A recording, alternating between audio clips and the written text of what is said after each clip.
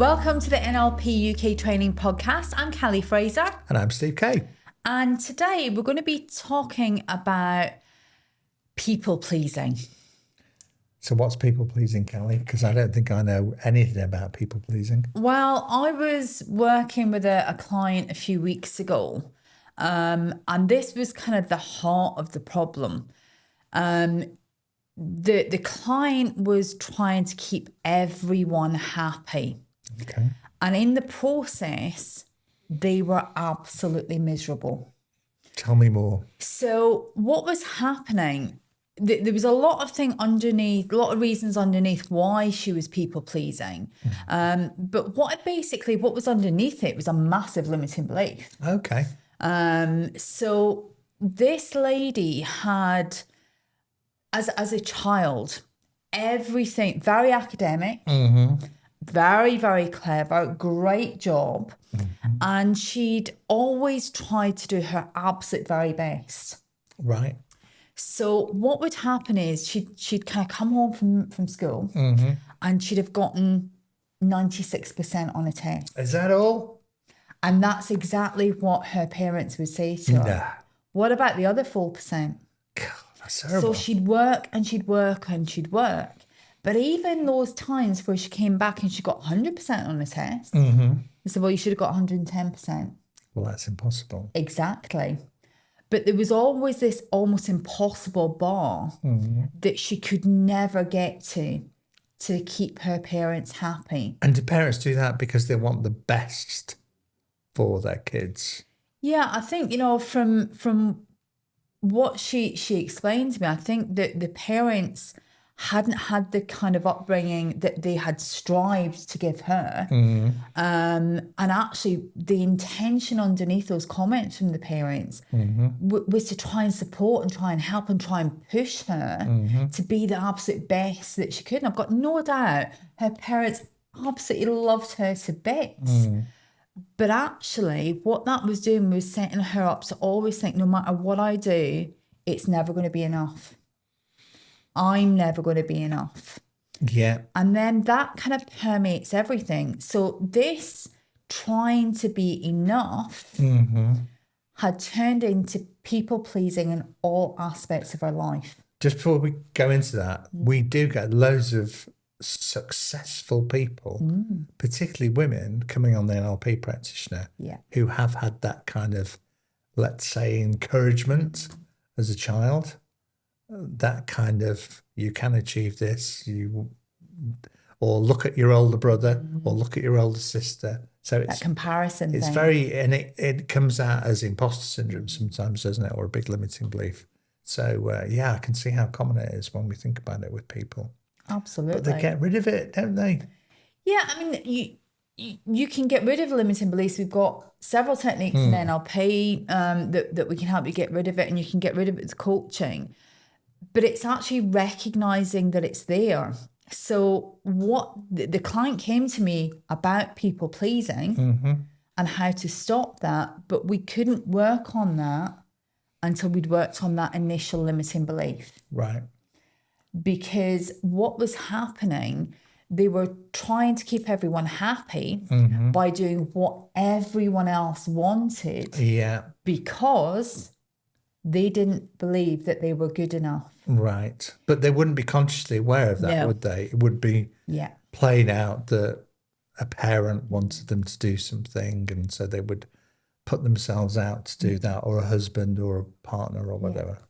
And it's all unconscious. Yeah. They knew that they were unhappy. They knew that they were trying to keep too many people in their lives happy and failing, which is why they came for coaching. Right. But they didn't know why. So this was really trying to tease out what was going on underneath. Yeah. But the problem was, it's almost like conditioning. So we talk about Pavlov's dog on Practitioner.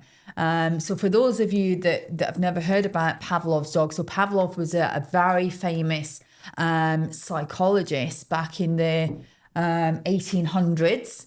And one of his most famous experiments was that he would ring a bell and show a dog a steak. and the dog would start to salivate because of the steak. And he'd ring the bell, show the dog a steak, the dog would salivate. But eventually, he didn't have to show the dog the steak. Just ringing the bell would get the dog to salivate. Yeah. So this is something called conditioned response. Yeah. And essentially, this lady had been conditioned to try and always please her parents. And did that go with other people as well? Like Absolutely. people at work and managers and colleagues, same kind of thing? Absolutely. So what was happening when it kind of came to a head was that point where she was trying to please her parents. She was trying to please her boss at work. Yeah. She was also trying to please her new husband at home. Yeah. So work was demanding time and energy. Parents were demanding time and energy. The new husband was like, well, what about me? Where do I come in? Where am I in the pecking order? Yeah. And it was actually causing conflict with everyone. Trying to keep everybody happy. Yeah. So it felt like she was juggling lots of balls in the air, but actually dropping all of them. Yeah. And actually what she realised was that most of the things that she was doing weren't about her. Yeah. They didn't fit with her values. They weren't making her happy, other than to feed this need to try and be better for other people. Yeah. So it was really causing real pain for this lady. So what would you advise, if anybody's watching this or listening to this, who that's kind of like rung a bell with, if you like, what would you say to them if they're just beginning to recognize, oh, that could be me sometimes? What would you kind of recommend? So I think it's about recognizing that it's happening. Yeah. And then really asking yourself, what is it that I want? Because until you know what it is that you want and what's important to you, you can't communicate that. Right. So one of the things that I was working with this client on was about creating new boundaries. Yeah. So boundaries are great. I have very strong boundaries. I know that Steve has very strong boundaries because we both are very crystal clear on what we want in our lives and what we don't want in our lives. Yeah. And also how that feeds into our kind of core values. Yeah. Now, with this particular client, we've been doing a lot of work on figuring out what it is she wants from her life, what's important to her, what isn't important to her, so that she can, without that, you can't set boundaries. So it's like looking at your values. Yeah. It's looking at your values and also looking at, you know, what kind of life do you want to live? Yeah. What do you want your day-to-day to look like? So simple things like, you know, staying late at work. Now, when I was young, in my corporate career, I would stay really late at work. There was a big thing, wasn't there, about busyness and people staying late, to be seen to be staying late. Last one to leave the car park. I'd still been work 8, 9 o'clock at night. But a lot of those people weren't working. I know when I did my master's degree, I was staying behind to do the assignments because it was easier to do it at my desk rather than going home and having dinner with Donna and then starting. So, but I noticed that I'd finish like 5 o'clock-ish and start working on an assignment.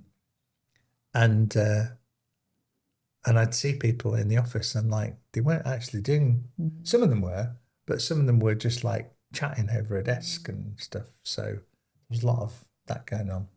So I can remember when I was back in the corporate world, still being at my desk at 8 o'clock at night, coming in on a Saturday morning. Yeah. And at the time, I had a young family. You know, I think, you know, the kids were probably 7 and 2. And actually, I wasn't, what I really wanted to do, yes, I love my career. and I wanted to progress, which was why I was putting the work in. But actually what was really, really important to me was my family, my kids, my husband. Because you're looking for that recognition, maybe. Yeah. Maybe it's coming out as recognition. I want recognition. Yeah. I wanted that recognition of being able to go for that promotion and get that next rung on the ladder. Be seen to be doing a good job. Absolutely. Be seen to be, yeah. People since the old pandemic, that old COVID lark, a lot more people now kind of show up as they are, don't they? They're not like having to have that business persona of wearing the suit and stuff to attract attention. They're kind of a bit more authentic now, I think, aren't they? Which is great. And at that time when I was in corporate world, I didn't have boundaries around work and personal time. Yeah. If a job needed to be done, I'd stay until it was done. And you know, that really had a massive impact on my personal life. Yeah. Now, Steve will tell you, hit 6 o'clock. That's my personal time. 6 o'clock, my laptop is off. Holidays, weekends. Weekends, very rarely. Now and again, if it's something that I'm really passionate about. So we have a Master Practitioner course starting on Sunday. It's the one Sunday 3 times a year that we both work. But the vast majority of weekends, we do not work weekends. That is our time. That's our family time. So it's until you know what's really important to you. So for me, it's having those boundaries between work and family time. You can't set and communicate those boundaries. So Steve knows if he wants something doing and he thinks about it on a Saturday morning, he can send me an email all he wants. It won't get looked at until Monday morning. It's as simple as that, unless it's an absolute emergency. Yeah, I turn my mobile off as well. I've got one mobile for work and home and stuff. I turn it off when I finished. So I've been able to really clearly communicate to Steve, that is my work-life boundary. But you don't need to, do you, really? I think I encouraged you. I think you probably did. I think I said to you, you need a healthy dose of laziness or something like that. But this is it. You don't need to do that. But with some organisations, you absolutely do. So it's about really being crystal clear on what that boundary is, what you will and won't do. Yeah. And then clearly communicating that boundary. Yeah. Because people will, if they don't know that you have a boundary, they don't know that they're crossing that boundary. Yeah. So you have to be able to really clearly But then articulate people start going in their heads about, well, what will happen if I don't? And what will happen if I don't go to that meeting? What will happen if I say, I've got too much on at the moment, can we go through my priorities? And usually when they do that, it's fine, isn't it? But they start telling themselves a story in their head that if they go to see their manager, Jane, and that Jane's going to, look at them funny. But actually, Jane would probably be quite reasonable to say, okay, well, let's go through your priorities together. So sometimes it's important and it gives you space, doesn't it? Absolutely. The alternative is burnout, which is kind of where I got. Yeah, absolutely. That's kind of where you can get to. Yeah. And that's definitely not pleasant. Yeah. I think that's kind of how it works in a work situation. Yeah. But it's not just in work that we need boundaries. Home's harder, isn't it? I think for some people, much harder. Yeah. So with home boundaries, especially if there's been a pattern for a very long time, that might be a bit tougher to break. Yeah. So with the client that I've been working with, we've been working on the easier boundaries, if you like, with work first. Yeah. Because that's what that's doing. That's changing her neurology and how she thinks about creating boundaries and enforcing them. Yeah. And giving her that practice to get out of her comfort zone a little bit and try new ways of living. Yeah. Then once she's more comfortable with that, then it's about then communicating those new boundaries at home. Yeah. So it's not as easy at home because you care more about the people. Yeah. So it's recognizing that just because you're setting a boundary with someone, it doesn't mean that you don't care about them. No. But you also have to care about yourself. Yeah. So it is about putting yourself first. Now, that's not being selfish. That's about putting your own mask on first. So it's recognizing that you cannot support other people unless you support yourself. It's a bit like having to do stuff, isn't it? Having to rather than choosing to. Yeah. Like because of an obligation. There's a lot of obligation still with people whose parents were of a certain age or grandparents were a certain age. It kind of gets passed down, doesn't it, into your script. And for this person, it's very, very important that she shows respect to her parents and she cares about them. Yeah. So it's about figuring out those boundaries that are really key to her, that can still maintain those values of respecting and caring for her parents. Yeah. While at the same time, making sure that she's able to live her life in a way that's really congruent for her. And so is she happier now that she's doing that? Much That's good, happier. isn't it? That's much happier. That's good. So people pleasing. Root cause limiting beliefs. Possibly. Some I think quick tips. So quick tips. Number one, recognize it. Recognize that it's happening. Figure out what it is that you really want your life to look like, whether that's in your home life or your career or even both. Then it's about setting those boundaries. Make sure that you communicate those boundaries really clearly and stick to them. Because what might happen when you first start setting those boundaries, because people have been so used to doing what they're doing, they might try and cross those boundaries regardless. So they could get upset. They might get a little bit upset, or they might just not realize that they're on automatic pilot too. So they might just keep behaving in the way that they've been behaving because that's their automatic pilot. Yeah. So it's about reinforcing.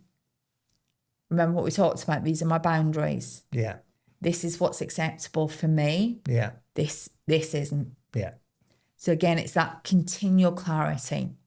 So guys, if you are a people pleaser, try some of those top tips and let us know how you get on. So that's it for today. We shall see you next time on the NLP UK Training podcast. Bye for now.